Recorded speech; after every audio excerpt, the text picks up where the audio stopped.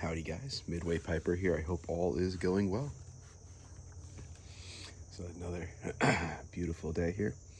Today is Friday, and as I promised in yesterday's video, I wanted to do a little VR to Sonoran Slinger. First things first, your package is going in the mail today, so I hope you enjoy some treats I'm sending. Some things I think you'll like, some things I don't know, but you can let us know.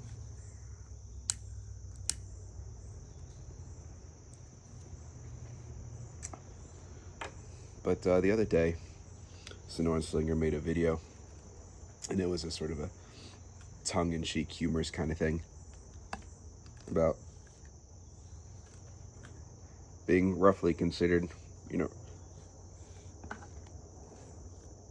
considering what the average life expectancy is for a male in the United States, which is in the mid-70s or so, early to mid-70s, because guys tend to do stupid things.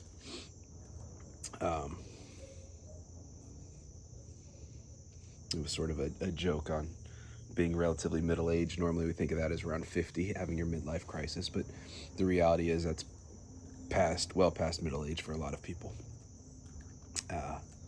And by the way, I've got the hairline as well, so. Anyways, I want to talk a little bit about that real quick, but first things first, housekeeping. In honor of Sonoran Slinger, I do have my Savinelli 311 Bert, as it's affectionately known. It's the Savinelli Mille, or that B one, Focus. There we go. Look at that stem. Look at that. Yep. Beautiful. Sandblasted. These things have just the perfect little cant on them, so they sit up on the table like that. Keep the stem up off the table. Perfect. In it, I have some Cornell and Deal Bayou Morning mixture. So it's a vapor.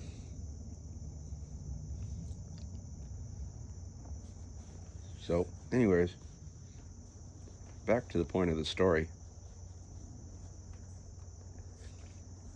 Fact of the matter is that around 37 is, in fact, relatively mid-aged for men in the United States. Not saying you won't live longer. You could live a hell of a lot less. Relatively middle-aged. It got me thinking, okay, but is that really fair? Because, how much of that time is growing up as a child, right? So you're not really in all that much control of, a lot of your life up until, to be perfectly frank, I consider the age where a person is reasonably able to make adult decisions for themselves keeps getting later and later in life. But I don't think anyone's got a good solid head on their shoulders for the most part. Until you're in your late 20s. So let's just say that's more than 2/3 of your time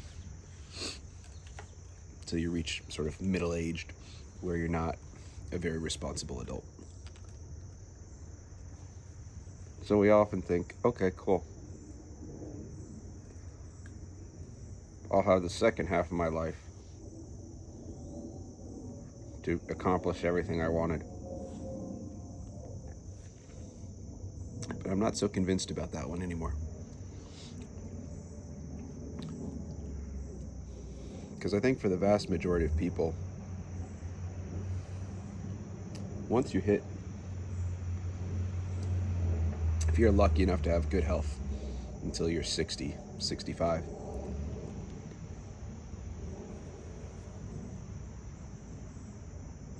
things are going to start changing. If you live a long, full life, you're going to go out the same way you came into life, not able to make decisions for yourself and in diapers. And it's just the reality of it. Again, that long, full life.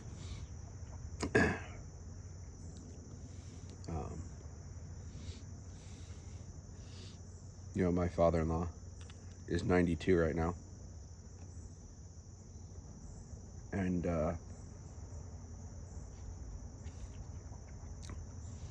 he was lucky enough to have relatively full mental capacity until roughly around 90. Physical,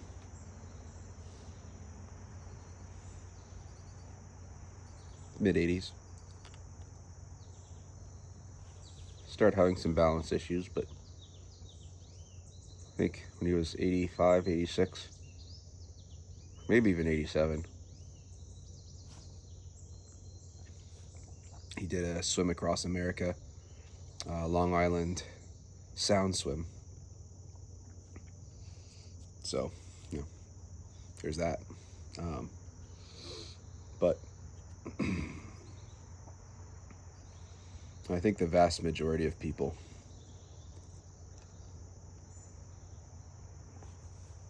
aren't that lucky. Things come up. Injuries. Sickness.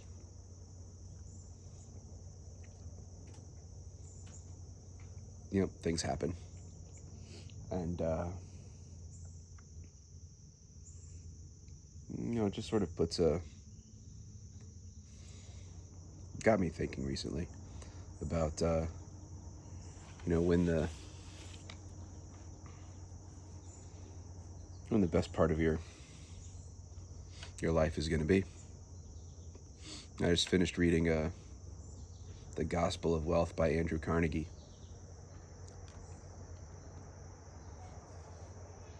And, one of the quotes from him is, "He who dies rich dies disgraced," or something to that line, something to that tune. And Andrew Carnegie's just got my attention lately, so that's one of the reasons. But he gave away about 90% of his wealth. Another quote of his is he would rather give his children pass down a curse to his children than to give them a lot of money, essentially.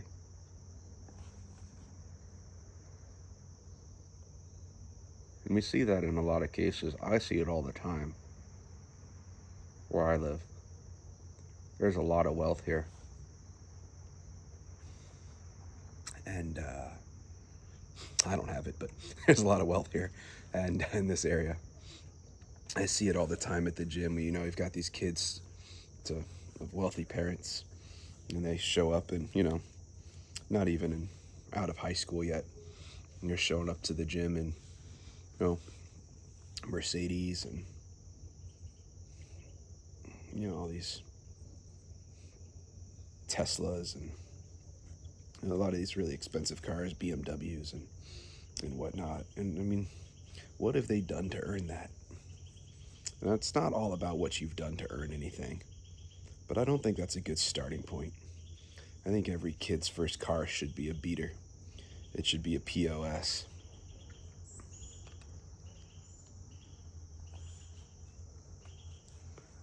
My first car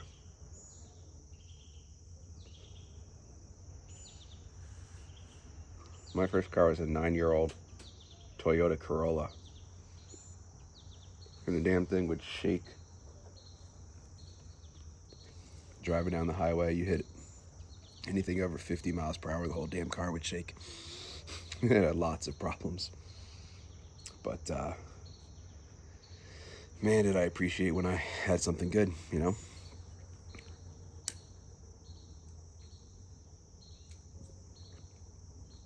And,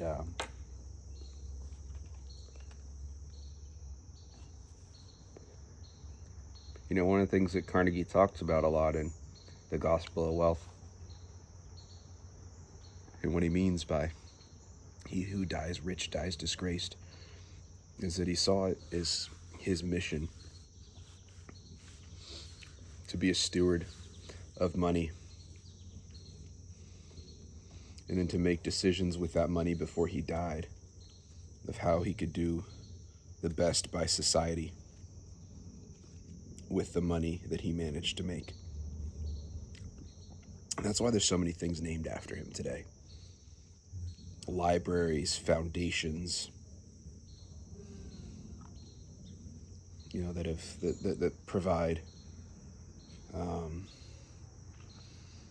the Hero Fund he set up. He set up funds to, you know, before Social Security and all that existed. Essentially pension funds for those who retired with very low income and couldn't afford retirement. I mean, these were things that he did with his own money.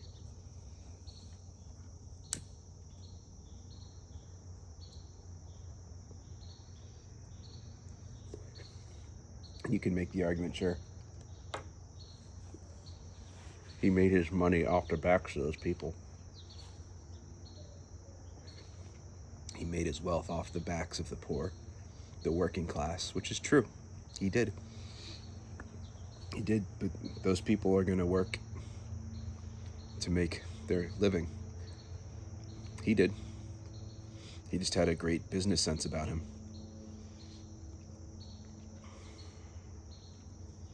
And,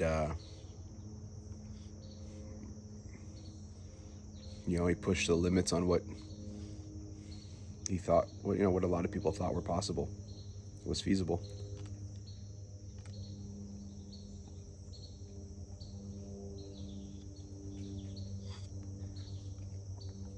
You know, essentially most of the robber barons, for the most part, did that. But not all of them were so giving back. You know, Sonoran Slinger's been posting about the difficulties in a job search, and, you know, companies telling you that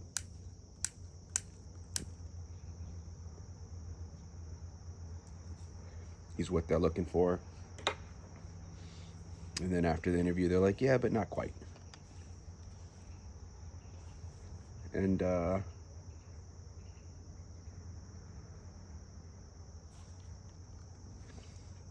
mean, that is the difficulty, right? Being your average worker.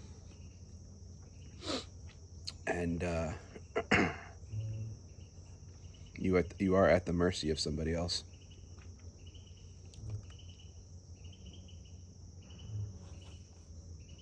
But, you know, I think at this point, there's nothing wrong with trying to make money, but making sure you have a plan for it as well.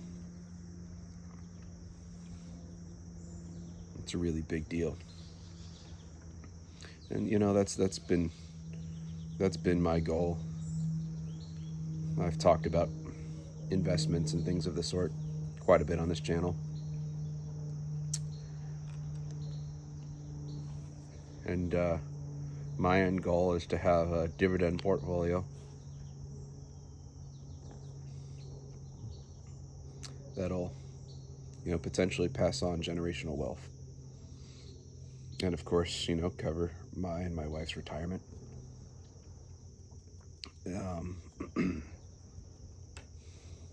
I'm also not foolish enough to think that I would just hand that portfolio over to my son when I die.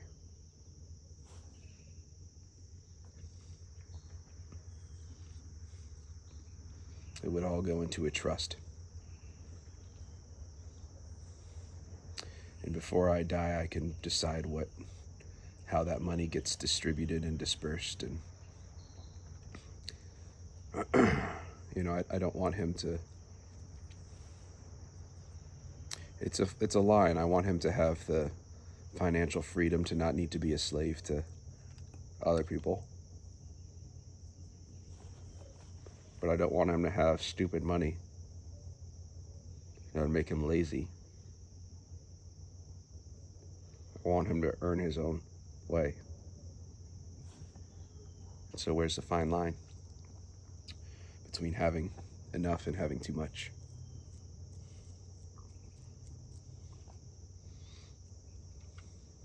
And, I am at that midlife point. I'm 37. Trying to figure everything out. And I know full and well I don't have it all figured out, or a hell of a lot figured out, but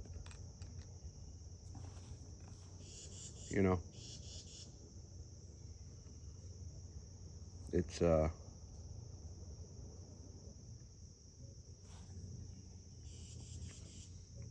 I consider it my duty to sort of bust my ass for my family. But at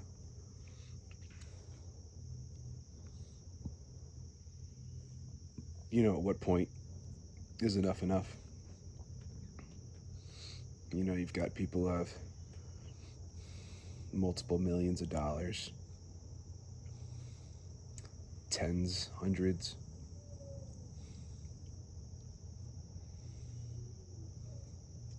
Is that too much? Maybe. Billions? Maybe. You know what a lot of those people do with that money, though? They create jobs for others.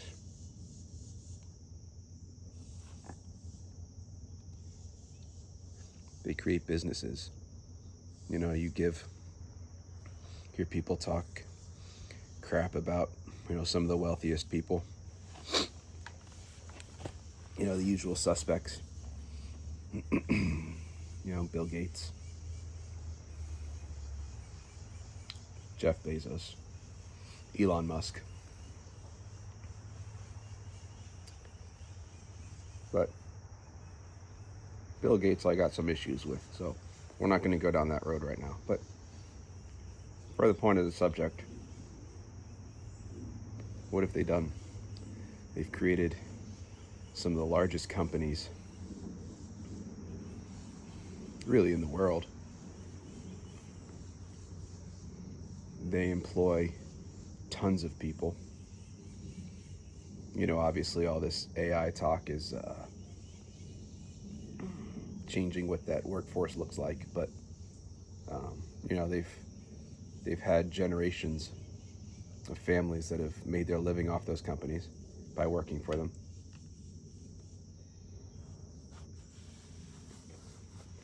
Those companies have provided for shareholders,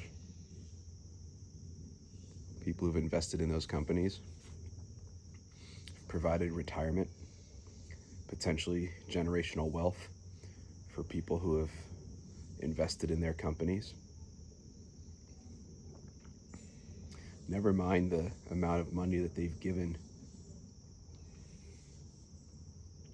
donated for various causes.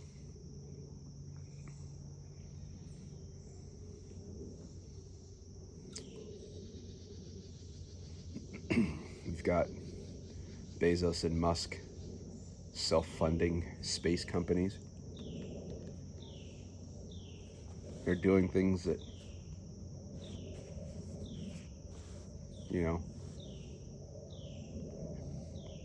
NASA, government-funded agencies are not capable of doing.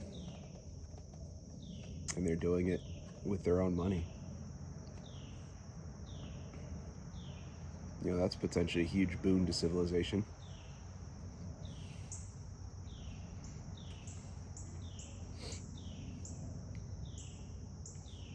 So is being rich and wealthy, is that really a huge problem? I don't think so. It's what you do with it, though. That's the thing that really matters. There's nothing wrong with wanting to be wealthy, becoming wealthy.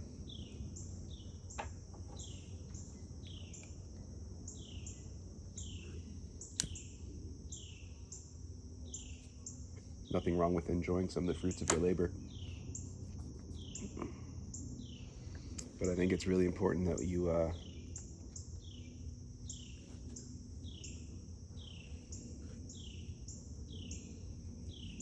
make stewards of that, whether it's your own children or whether, you know, how you decide to give that money. You know, you can't fault these people for how they give their money. You could say, I don't like where, you know, this person gave all this money to. You don't have to like it. It's their money. They're giving it. They're doing what they want with it. You don't like it, you make the money and give it to who you think. And I guarantee you there'll be lots of people who disagree with you. It's easy to hate people who have earned, because they're not giving you something. And that's very selfish.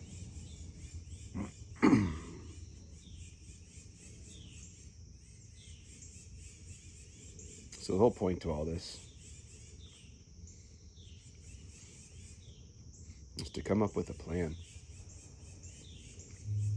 Because quite frankly, wanting money for the sake of wanting money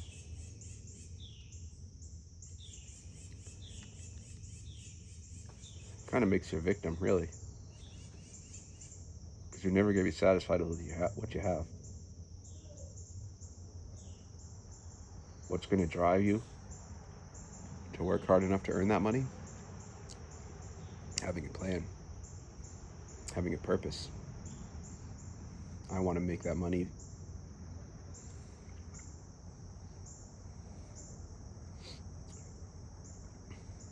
to end homelessness or whatever you're passionate about. Is a lot stronger of a purpose than I want to make money so I can buy a boat, so I can afford a penthouse, so I can afford a Lamborghini. Those aren't really good purposes for driving forces for doing what you want. It might get you there, might get you those things.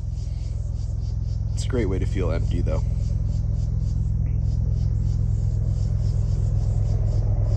You don't want to be the richest person in the graveyard, you know?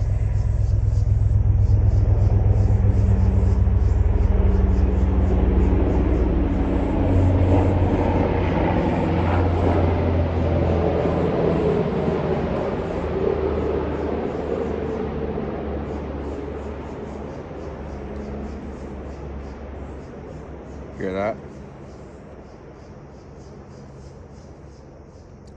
I bet that's our illustrious governor sniffing out money.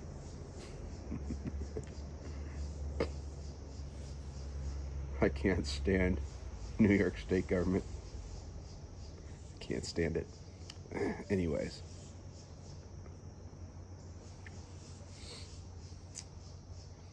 Just some things I've been thinking about.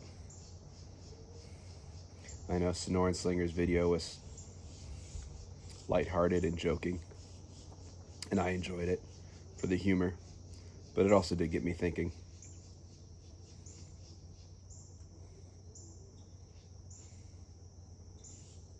Because I'll be honest, the extent of my plan was what I had mentioned. creating a dividend producing portfolio I could pass down to create some generational wealth for my family going forward. And that's great.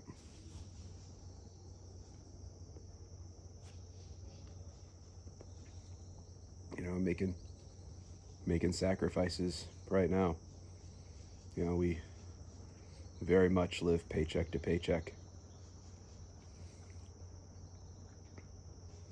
Very much paycheck to paycheck. And I'm tucking money away for the future. And obviously that's, there'll be a problem with that eventually.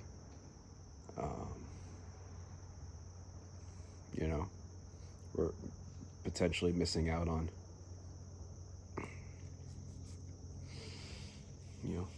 family trips, fun times, exciting adventures that we could be going on.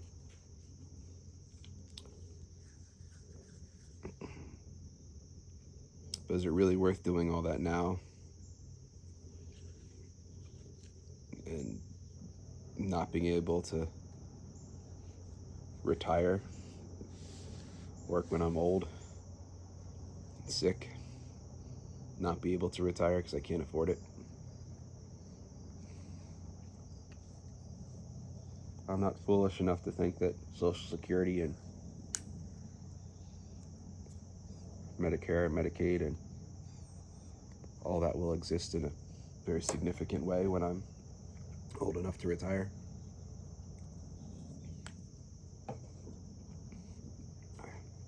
You can just do a couple minutes of research online and you'll find out that they're already in significant financial straits,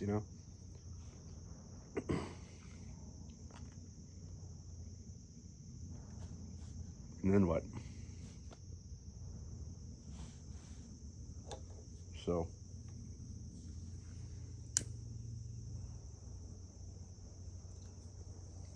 the question then becomes, what's the other purpose?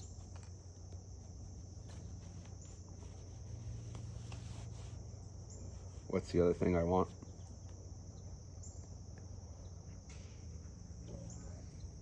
My father-in-law, he got into real estate in New York City when the Bronx was burning. He's buying up apartments.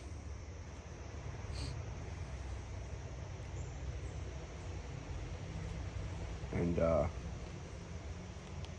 my wife grew up a very privileged life. And to be honest, it's not a good place to be financially speaking right now. Involved in apartments in New York City, the way things are run. And so eventually, we're going to sell it all off.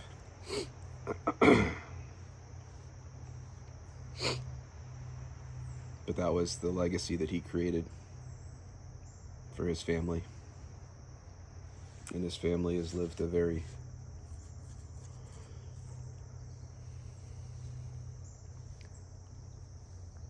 privileged life. And if there's a point where,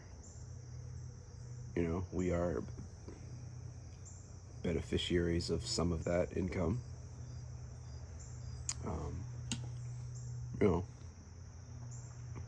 I want to have a plan in place. I don't want to squander that. He worked his ass off for it. And I don't want to squander it on stupid. So,